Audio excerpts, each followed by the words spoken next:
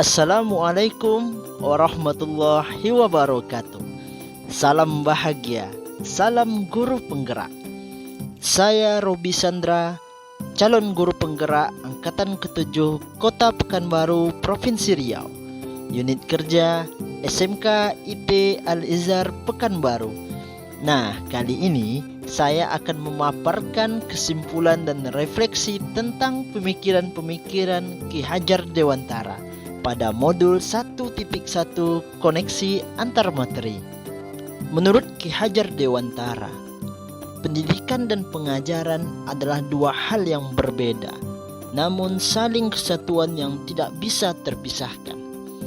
Pendidikan memberikan tuntunan terhadap segala kekuatan kodrat yang dimiliki anak agar ia mampu mencapai keselamatan dan kebahagiaan yang setinggi-tingginya, baik sebagai seorang manusia maupun sebagai anggota masyarakat. Sedangkan pengajaran adalah proses pendidikan dalam memberikan ilmu atau berfaedah untuk kecakapan hidup anak secara lahir dan batin. Pendidikan guru penggerak yang telah saya ikuti pada modul 1.1 tentang pemikiran Ki Hajar Dewantara sangatlah banyak memberikan pelajaran dan pengajaran bagi saya sebagai guru. Mulai dari diri. Di sini kami melakukan sebuah refleksi diri sejauh mana mengenal dan memahami filosofi pendidikan Ki Hajar Dewantara. Kemudian dilanjutkan dengan eksplorasi konsep. Di sini kami memahami pemikiran Ki Hajar Dewantara mengenai tujuan dan asas pendidikan dan menganalisis konsep-konsep pemikiran Ki Hajar Dewantara berdasarkan pengalaman pembelajaran yang berpihak pada murid. Selanjutnya, ruang kolaborasi. Di sini kami menemukan nilai-nilai luhur kearifan budaya daerah asal yang relevan menjadi penguatan karakter murid sebagai individu sekaligus sebagai anggota masyarakat sesama calon guru penggerak. Kemudian, demonstrasi kontekstual. Di sini kami menemukan strategi dalam mewujudkan pemikiran Ki Hajar Dewantara, pendidikan yang berpihak pada murid sesuai dengan konteks diri murid dan sosial budaya di daerah asal. Dan yang terakhir, elaborasi pemahaman. Di sini kami mengelaborasikan pemahaman kami mengenai refleksi filosofis pendidikan Ki Hajar Dewantara bersama instruktur. Konsep pendidikan Ki Hajar Dewantara ini menuliskan arti bagaimana kita guru seharusnya menjadi sebenar-benarnya guru atau menjadi guru yang seutuhnya, yang tentunya guru yang bisa menjadi pamong agar peserta didik tidak kehilangan arah dengan memberikan tuntunan agar peserta didik menemukan kemerdekaan dalam belajarnya.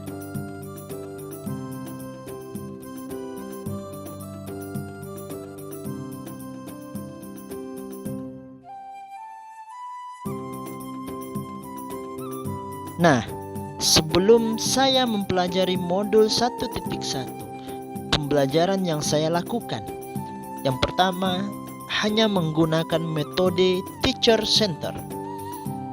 Dalam pembelajaran di kelas, saya terlalu banyak berceramah dan peserta didik hanya duduk diam dan mendengarkan. Yang kedua, peserta didik hanya sebagai objek pembelajaran. Dalam pembelajaran, saya selalu berfokus pada apa yang saya sampaikan tanpa memberikan kesempatan kepada peserta didik untuk mengemukakan ide atau pendapatnya dan juga kesempatan berkreativitas. Dan yang ketiga, media pembelajaran yang monoton. Dalam pembelajaran di kelas, saya masih menggunakan media sebatas PowerPoint dan papan tulis. Peserta didik mencatat apa yang ada di papan tulis dan yang ada di slide PowerPoint. Yang keempat, fokus pada ketercapaian materi.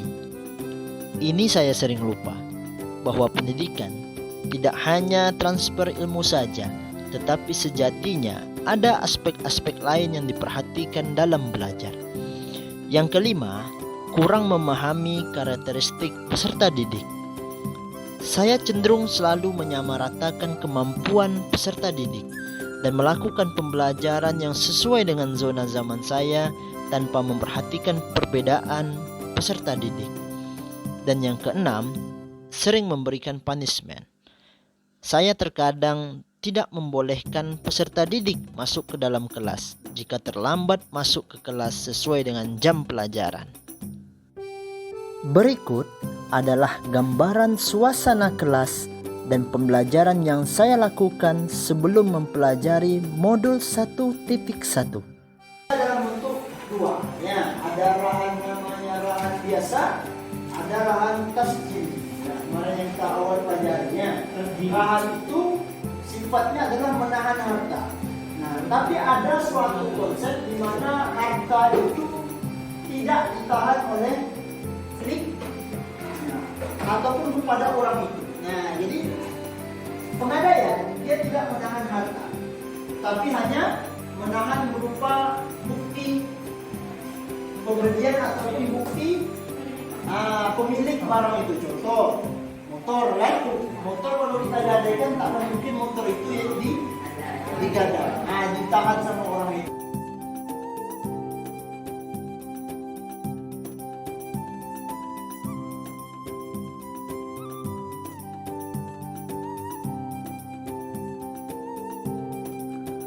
Setelah mempelajari pemikiran-pemikiran Ki Hajar Dewantara melalui modul 1.1 ini, saya mulai menyadari apa yang telah saya lakukan selama ini tidak tepat, dan saya berkomitmen mulai hari ini dan seterusnya bahwa saya harus menjadi guru sebenar-benarnya guru dengan memberikan pengajaran dan pendidikan kepada peserta didik dengan penuh sabar dan ikhlas, dan memberikan pengajaran dengan pembelajaran yang menyenangkan.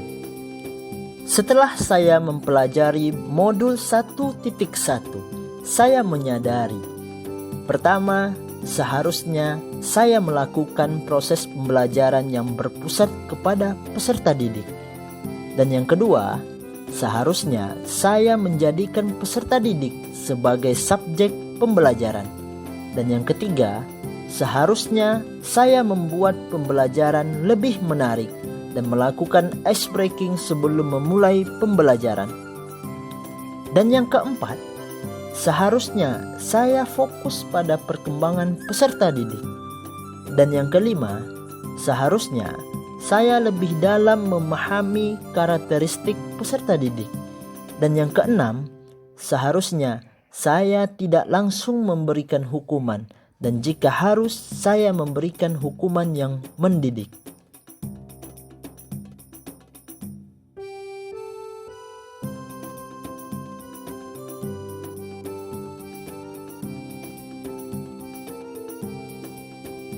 Setelah mempelajari modul 1.1, yang dapat segera saya terapkan adalah: yang pertama, merancang pembelajaran yang interaktif dan menyenangkan dengan melibatkan peserta didik. Yang kedua, menerapkan pembelajaran berbasis kearifan lokal budaya. Dan yang ketiga, pembelajaran yang mengutamakan budi pekerti. Yang keempat, menerapkan pembelajaran yang sesuai dengan kodrat alam dan kodrat zaman.